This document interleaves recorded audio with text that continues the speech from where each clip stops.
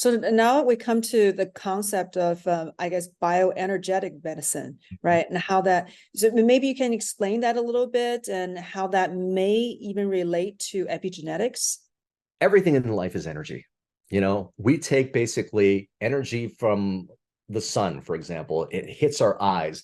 It turns on an action potential to our brain and gut, causing us to create serotonin in our body. So all of a sudden, this energy transfer is changing a molecular and biochemical change in our body.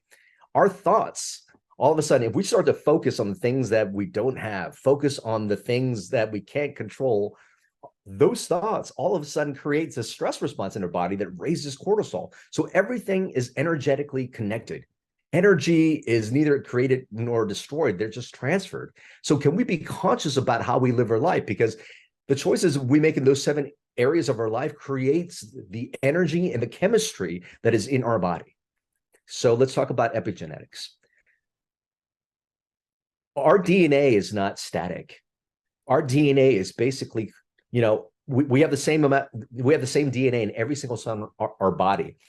And what causes the cell to be different is basically all the different energetic signals it gets as it's, you know, as it's maturing to form different cells. And so our cells are constantly listening to its environment. And guess what? How we choose to live our life creates these biochemical changes around our cells that basically speak to our DNA in a moment-to-moment basis. So the choices that you make changes the biochemistry of your body, changes your bioenergetic state, and that becomes the signal to your DNA. So how you live your life is actually medicine. So epigenetics basically tells you that the choices that we make actually changes our cellular environment. And because of that, it will dictate which genes get turned on, which genes gets turned off, and will dictate cellular behavior. So if we want optimal cellular health, then we have to give it the optimal cellular environment to signal our DNA